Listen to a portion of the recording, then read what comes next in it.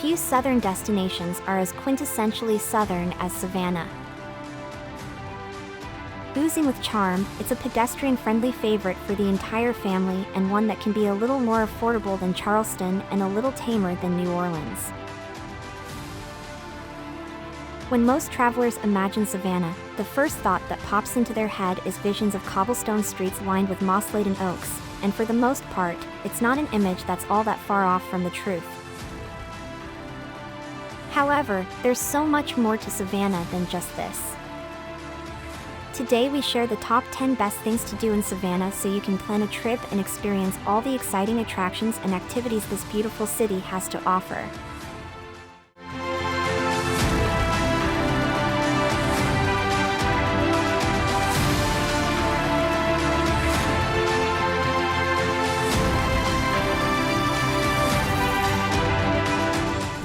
Starting with number 10, Forsyth Park.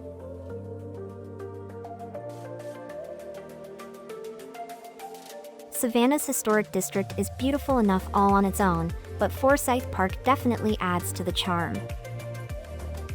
A beautiful, green, lush landscape, it's popular with tourists and locals alike, and you'll find 30 acres of trees, flowers, and other foliage. There's also nearly always something happening here, from the open-air concerts to a farmer's market open every Saturday. Forsyth Park is also home to one of the most photographed spots in Savannah. The huge, gorgeous fountain is Instagram-worthy. At number 9 is the Old Savannah Trolley Tours.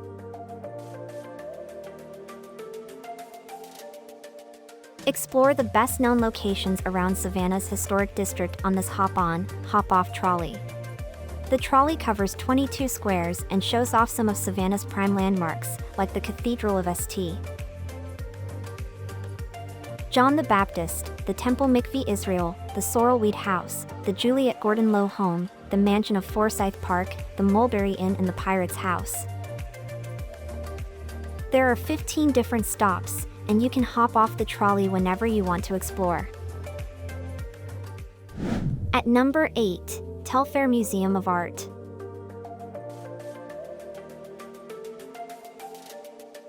The oldest art museum in the South, the Telfair Museum, is housed inside a classical Regency mansion designed by an English architect and purchased by the son of the Georgian governor.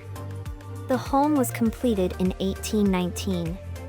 It stayed within the same family until 1875, when the last surviving member of the Telfair family left home and all of its furnishings to the Georgia Historical Society.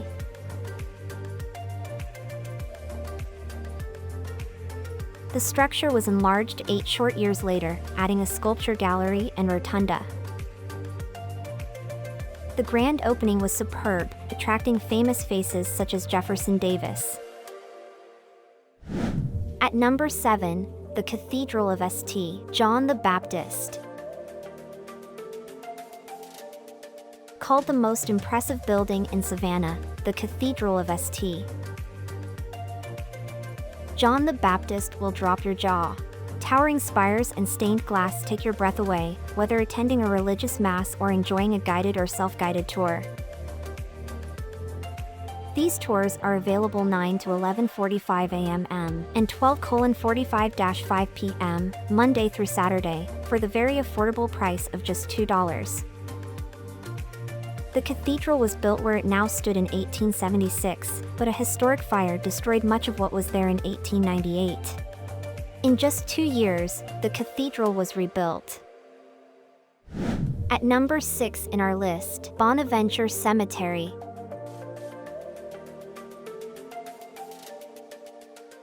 For more moss-laden oak tree goodness and a taste of southern spooks, the South does have a good helping of Gothic flair.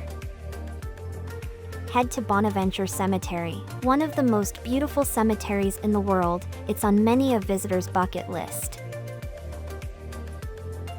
Free to enter, the property is more than 100 acres.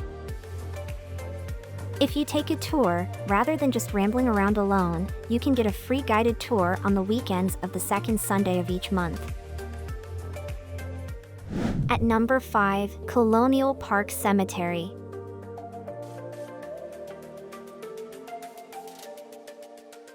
Colonial Park Cemetery served as Savannah's cemetery for over a century and contained over 9,000 graves.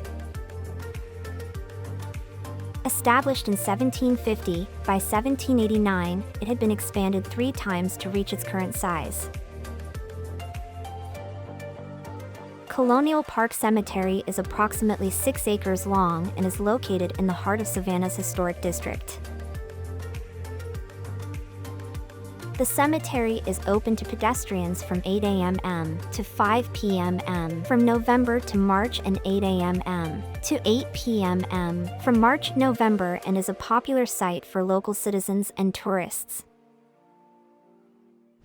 At number 4, City Market.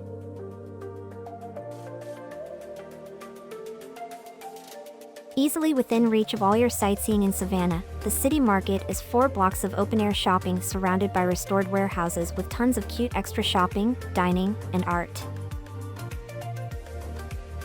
There are plenty of open-air concerts in the square, and it can be a great stop for just sitting and people watching. Remember, though, the market is home to a few bars, so you may find that the evening crowd gets a little rowdy. If you visit with the kids, stop by in the morning or early afternoon. At number 3 in our list, Old Fort Jackson Historic Site. Old Fort Jackson is Georgia's oldest standing brick fort, built in 1808. It attracts 50,000 visitors every year, and for a good reason. The defense is named after a Georgian governor who freed Savannah from British rule. It was once one of the strongest fortifications in the United States, as it was built entirely of earth, faced with brick, and then topped off with a wooden platform. Additions were made to the fort during the War of 1812, and it looks much the same today as it did then.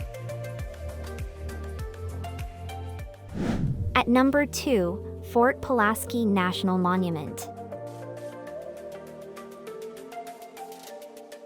Built in the 1800s, Fort Pulaski stands on an island in the river between Savannah and Tybee Island. It was the first Confederate masonry fort to fall under Union cannon fire, which marked a turning point in military history. There's much to do and see beyond the monument and fort, though. Some trails, such as the North Pier Trail, go through the original construction building and pass a 19th century battery. There's a lighthouse, a historic dike system, bike paths, and more. Check out the number 1 places in our list, Wormsloe Historic Site.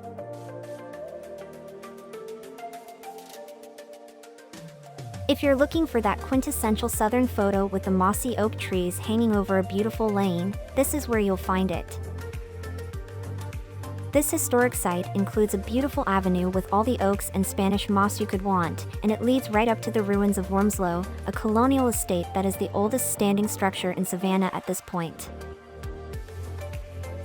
If you visit during an event, you may see a costumed reenactor or two, but on a normal day, you can still visit the museum and hike the nature trail, which goes through the ruins to a marsh.